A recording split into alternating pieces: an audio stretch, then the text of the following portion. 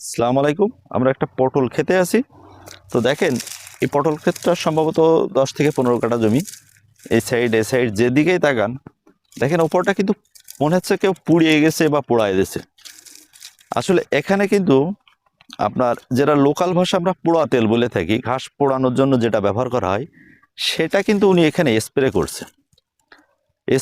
এটা কিন্তু পুরানো, এক এক বছরের পুরানো গাছ, যে এখানে উনি পোড়াই দিয়ে এই গাছগুলো হালকা করে দেবে, দিয়ে এর পরবর্তী এই জায়গা থেকে আবার নতুন করে কস আসবে, অর্থাৎ নতুন কসে আবার নতুন করে পটল হবে, সেই উদ্দেশ্য নিয়েই কিন্তু ইনি পোড়াইছে। এটা কিন্তু অন্য উদ্দেশ্যে পোড়ানো হয়নি যে কেউ পোড়াই দিয়েছে বা এরকম না।